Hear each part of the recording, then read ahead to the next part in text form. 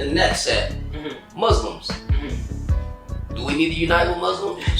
Should we unite with Muslims? First of all, you talking about a black Muslim or the Nation of Islam? Or you talking about? That's a good question. Yeah. I'm really just saying Muslims period. Oh no. Okay. And the reason I would say that is because, first of all, their holy land is not even a black land. They pray towards Arabia. They learn an Arab language. They wear Arab clothes in order to basically adopt an Arabic lifestyle. You feel what I'm saying? So yeah, like what's the point in an Islamicized black man? You feel what I'm saying? What's the point in uniting with somebody who believes Arabia is the holiest land on the planet? I'm an African. I'm gonna believe Africa is the holiest land on the planet. You feel me? If I'm gonna pray towards a land, I'm gonna pray towards African land. You feel what I'm saying? Right. If I want to learn a whole new language, I'm gonna learn the African language. You feel what I'm saying? If I'm gonna wear some new style of clothes, I'm gonna wear African clothes. You feel me? Why Arabic? Why Arabia? Because the Arabs created a religion. I believe that every group of people had their own political and religious perspective and ideas for how we got here, what God is, what spirituality is. So you have Native Americans who had their own belief system. You had Jews and Hebrews who had their own belief system. You had Greeks who had their own belief system and their gods like Zeus and all of that type of stuff. You had Romans with their belief system. You had Arabs with their belief system and how we got here. And you got Buddhists and Indians with their belief system over there in India. And you had Chinese with Shinto and Africans with our Vodou and all of our spiritualistic perspectives. You feel what I'm saying? Which kind of all relate to each other. So why me as a black man would I adopt the belief system of a whole nother race of people? You feel me? Perspective. So I can't see myself being unified with someone who has a Caucasian Arab in his brain as his leader. You feel me? As his spiritual leader. As a black man. You feel what I'm saying? Right. Now, some people will say, well, yeah, Muhammad was black. You feel what I'm saying? And where you get that from? You feel me? Right. Because those other little books that surround the Quran say he was pale as mud. He was a white man. They actually say he was white. Farrakhan himself said Muhammad was a white man. Sahih al-Bukhari, number 63. Narrated Anas bin Malik.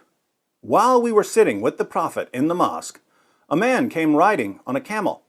He made his camel kneel down in the mosque, tied its foreleg, and then said, "Who amongst you is Muhammad?" At that time, the Prophet was sitting amongst us, leaning on his arm. We replied, "This white man," reclining on his arm. How do you spot the Prophet of Islam in a crowd of Arabs? Easy. Look for the white guy. Muhammad's companions were so obsessed with their prophet being white that they wouldn't merely say, as they often did, that he was white. They would take things a step further by going body part by body part, describing the whiteness of his shins, and the whiteness of his thigh, and the whiteness of his leg, and the whiteness of his stomach, and the whiteness of his forearms, and the whiteness of his armpits, and the whiteness of his cheeks. You feel what I'm saying? And where you get that from? You feel me? Right. Because those other little books that surround the Quran say he was pale as mud. He was a white man. They actually say he was white. Farrakhan himself said Muhammad was a white man. And I ain't talking about Fard Muhammad. I'm talking about Muhammad of Mecca. Right. That dude. You feel me? The one that wrote or recited the Quran. He didn't write it because he wasn't literate. But according to the story, you feel me? I don't even know if any of it's true. But the one who's allegedly recited the Quran and other people later wrote down, you feel me? That person was a white man, according to all of the Islamic tradition, including Farrakhan out his own mouth. He was a white man. Prophet Muhammad was a good man even before he received revelation. He was an honorable man of good character. The Quran said he had sublime morals. He was sympathetic, he was generous, he was faithful, he was forgiving, he was courageous, he was steadfast. Yes. But he was a white man. Come on.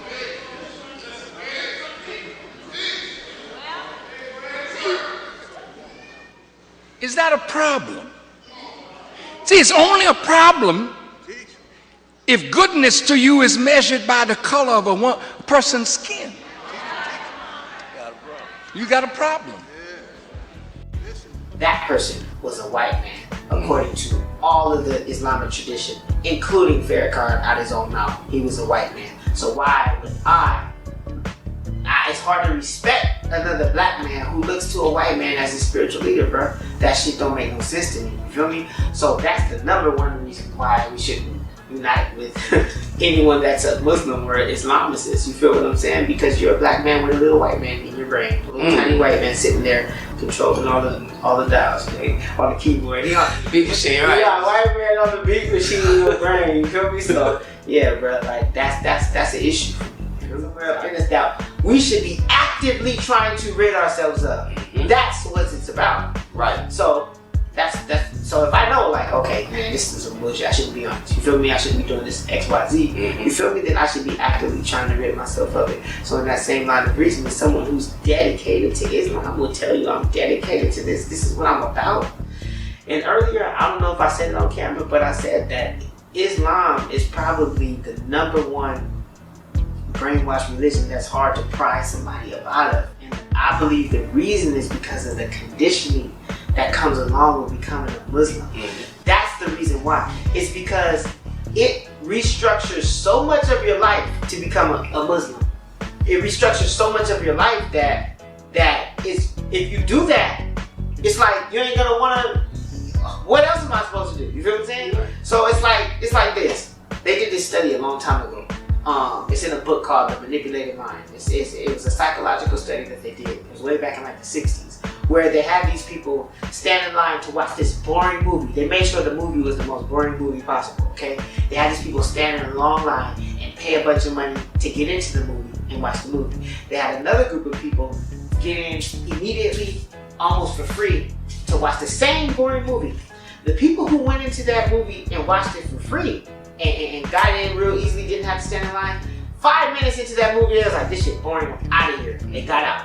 The people who had to stand in a long line, pay a bunch of money to get in, you know what they did? They stayed. And you know why they stayed? Because they felt like, I invested all this time, man. It's gonna get better. I know it's gonna get better. Shoot, man, I sat out there for 15 minutes. Sat out there for 30 minutes. I'm about to watch this movie. They stuck to it. And that's what Islam does to people.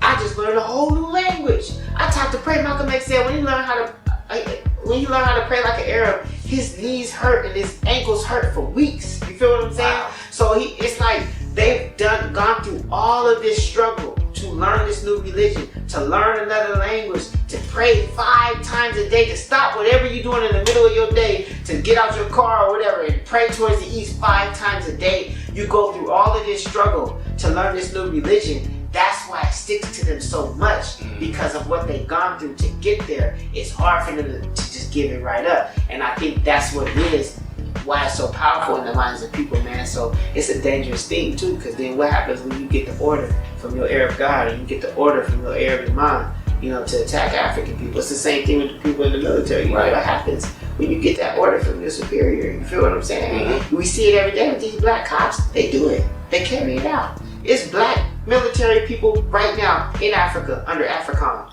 You feel what I'm saying? Carrying out the orders. Subconscious at that too. Of course. Man, I'm telling you, man, I don't trust them. So, yeah, bro, like, I cannot, why would I unify with someone with a little tiny white man in the back of his brain? You feel what I'm saying? Yes, that he's dedicated to that. He's not saying, you know what, I was raised a Muslim, but I've learned the truth, and I'm working actively to rid myself of that type of mentality. No, I'm a Muslim. I pray towards the East. I speak Arabic. You're a freaking Arab. Basically. Yeah. Okay, cool. Thank you.